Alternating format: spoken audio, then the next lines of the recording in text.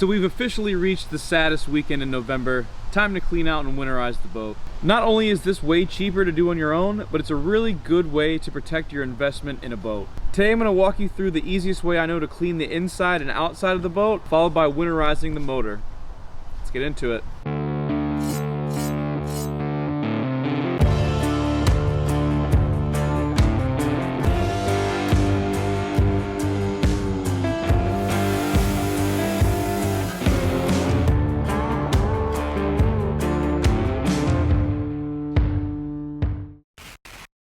Hey guys, welcome back to another episode of Dishes and Fishes, where I show you how to cook and set hooks. A boat mechanic will charge you anywhere from $200 to $400 to do the job that we're going to do today, and we're going to do it for this price.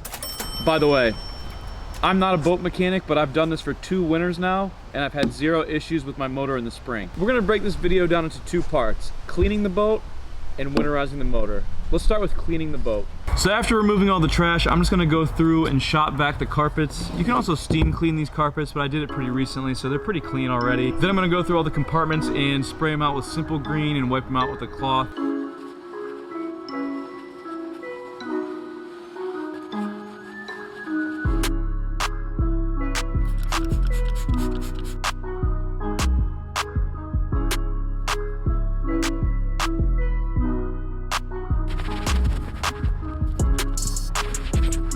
So after vacuuming and cleaning the inside of the boat, it's time to clean the outside. We're gonna start by cleaning the hull. Pressure washing doesn't get all of the water lines off the boat normally. So there's a few methods to get this off. One is hull cleaner, which is like this acid that sizzles a bunch, and it costs a little bit more money than what I'm used to using. I'm using this toilet bowl cleaner. I got this for $3.99 at Dollar General. I have a little bit of water in this bucket and a very curious dog. I'm gonna put just a little bit of toilet bowl cleaner in the water, and I have a sponge here. And this gets it right off. Make sure you wear gloves when you do this.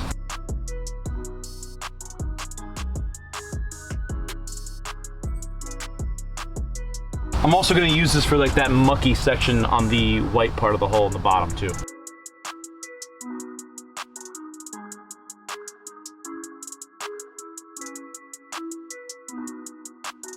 And as I finish these sections, I'm just gonna hose them off as I go.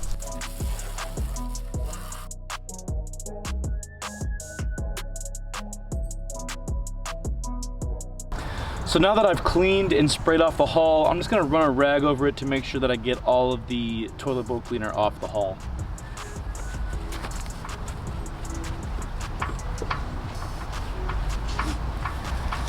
Okay guys, so now that the hull is free of gunk using the toilet bowl cleaner, it's time to treat this gel coat. So the first thing that you're gonna wanna do if you have oxidation in your gel coat is wet sand it. I'm using 3000 grit sandpaper. It's a little fine. You want to use a fine sandpaper for sure, probably like 800 lowest to 3000. But let me show you how to wet sand oxidation out using this 3000 grit sandpaper. So it's hard to see right now, but the reason that there's some oxidation here by the 190 is because I don't wet sand this area very much because I don't want to mess up the decals. But you can see right here, clean, here oxidized. See how it's cloudy here? But all I'm going to do is wet this and then scrub it. And the water, as it comes out, should be cloudy. Okay, so I'm gonna spray that off. And any areas on my boat that have oxidation, I'm gonna do this too. And yes, this will leave fine scratches in the boat, but fear not, we will fix it. So once you're happy with the wet sanding on your boat, there should be a haze on your boat and it should look pretty bad. Don't worry, we're gonna fix that. And there's 3 products that you're gonna use to get the wet sand haze and shine your gel coat up really nicely. The first one is this 3M Restore and Wax. This is gonna remove all of those big scratches in haze, and you're pretty much gonna just apply this and rub it till it disappears with a rag or a buffing wheel. Product number 1. Then you're gonna use this Finesse It Glaze product from 3M. This is going to remove all of the fine scratches left by the Restorer and Wax. This product you're also going to rub in until it disappears, and it's going to polish the boat up really nicely. Product number 2. And finally, product number 3, you're going to need some type of wax. I'm using this Meguiar's Pure Wax. This stuff works really good. I've used some other products in the past, but I like this one the best. This one you're going to apply, and then you're going to buff it off afterwards. Make sure the boat is clean and not hot. You notice I'm doing this in the evening where the sun's not beating down on the gel coat. You want the boat to be kind of a cool temperature. Doing this a few times a year will ensure that your boat stays nice and sparkly. Also, again, like I said in the intro, maintain the value. Let's do it.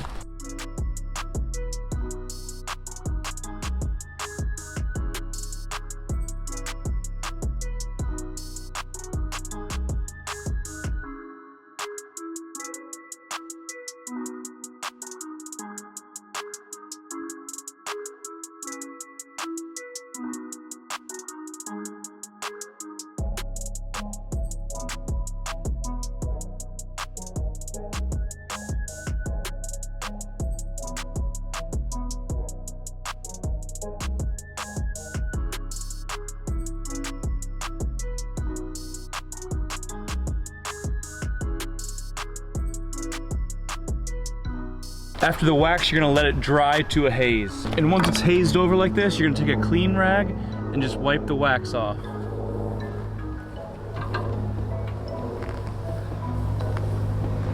We're gonna do the whole boat.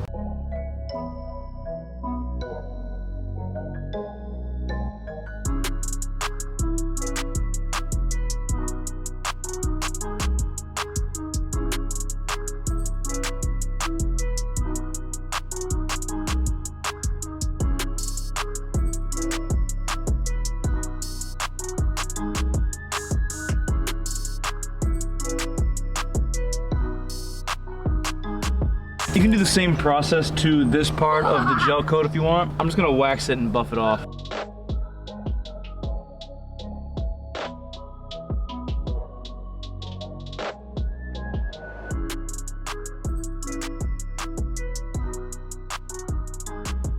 All right, so the boat's waxed and cleaned. It's getting dark out, so I'm gonna do the engine tomorrow. Stay tuned. So now the inside and the outside of my boat are clean, everything's waxed, all the compartments are vacuumed and cleaned, and we're ready to move on to the motor and the battery area. So you never want to leave your batteries in over the winter because it will ruin them. I'm going to go ahead and remove the batteries, and then I'm going to clean the battery compartment. So I'm going to take out my 2 trolling motor batteries and put them in my warm basement where I'll leave them on a battery tender over the winter. I'm actually going to leave my cranking battery in here until I put this boat in my friend's garage because I'm going to need to operate the trim still. And once I put it in that garage, I'm gonna store it so the motor is vertical after it's all said and done.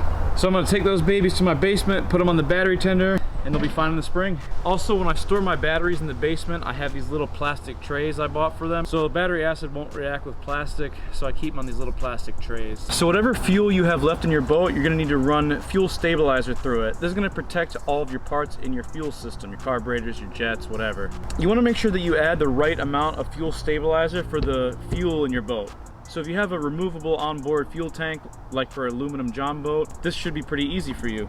If you have a gas tank like this that you can't remove, then it's a little bit more tricky. You need to find out the volume of gas in the boat though. I can see the level of gas on the side of my tank. The last 2 years, I just measured with a tape measure, the height, the width, and the length, and I did a volume calculation, and then that's how much fuel stabilizer I put in, and it worked both times. So that's what I'm gonna do this year. I have a little bit more gas in there this year than I did last year, so I'm gonna go ahead and drain out as much as I can, put it in my truck, and that way I'm left with only a little bit of fuel in here when I run the fuel stabilizer through the boat. So after draining all the gas, there's about 5 gallons of gas left in my boat. 1 ounce of this fuel stabilizer will treat 5 gallons. So you can see how this thing would last you for many, many years, which is part of the cost savings like I mentioned in the beginning of the video. So I'm gonna dump 1 ounce in my little measuring cup here, dump it in. I'm gonna kind of rock the boat to mix it around. So the fuel stabilizer is added according to the amount of gas that's left in my boat. I'm gonna hook the muffs up to the motor now, and I'm gonna let it run for 10 to 15 minutes to get that fuel stabilizer in the system.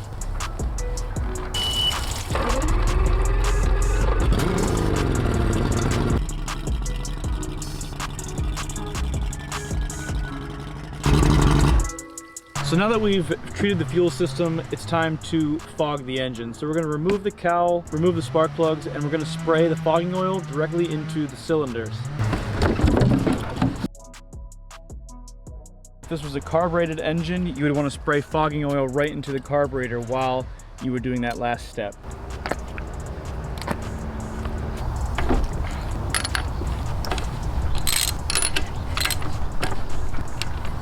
And I'm probably due for new spark plugs. Some guys like to put them in this step. I like to put them back in the spring when I fire it up.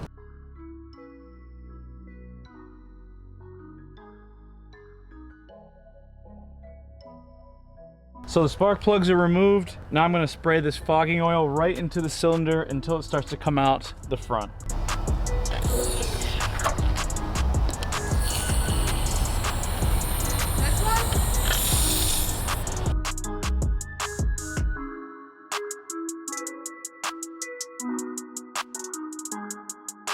All 6 cylinders have the fogging oil in them. Now I'm gonna pop this little lid off here, and I'm just gonna manually turn the flywheel a few cranks just to get that fogging oil into the motor. Just clean up the outside here a little. So now I'm gonna put the spark plugs back in. You can put new ones in here if you want to. I like to just do it in the spring, like I said. Torque these spark plugs down according to your owner's manual, and that is all set. So we're just about done here. So one of the last things that you need to do is change the gear oil in your lower unit. So in order to do that, you're gonna need some gear lube, 90 SAE for Mercury's. And you always wanna replace the seal in the top here every year. So you can buy these screws with a new gasket in them. And real simple, I'm gonna just open this top port so it can vent. I know the lighting's bad here because of the sun. And this is the one I'm gonna be replacing. And then I'm gonna open the bottom here just so it can drain out in this oil pan. And there is water in there, which is not good. So I think my seal here was leaking, but you don't want water in there. You can see the clear liquid that came out. It's a good thing we're doing this. So I took my prop off and there was no fishing line on it. So I'm thinking that my old seal was bad, which is perfect timing for me to do this. So I'm gonna go ahead and fill this back up and just replace the seals. So now that it's slowed to a drip, I'm gonna screw in my pump. So I screwed my pump into that bottom fitting. Now I'm just gonna pump in the new gear oil until it comes out of this top fitting. And then I'm gonna slide this new screw in. It fills from the bottom up.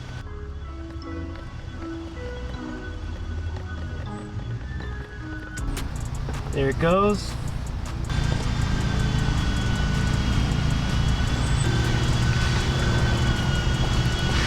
That's all set. So this motor is officially not going to be run until spring. It's all done. The last thing that I'm going to do is spray this corrosion guard on the inside of the motor here. This is going to protect all the connections and anything that's not stainless steel from rusting or corroding during the winter.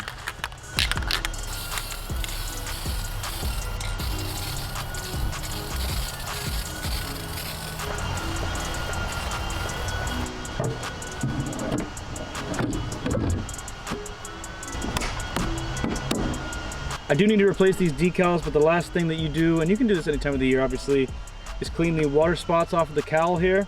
This is the Mercury all-in-one spotless shine. I think some guys call it hot sauce. You can also use a part vinegar, part water solution to do this. So I'm just gonna spray the cowl and let it sit. And after a few minutes, I'm gonna wipe that off and it's gonna be all clean. So that's it, guys. As you can see, it's really not too hard of a process to winterize your own boat. Make sure you check your owner's manual for the other maintenance stuff that you're supposed to do every 100 hours. There definitely will be some other stuff, but that's basically how you winterize most two-stroke motors. I hope this video helped you guys. If it did, make sure you hit those like and subscribe buttons, and I'll catch you in the next episode. Peace.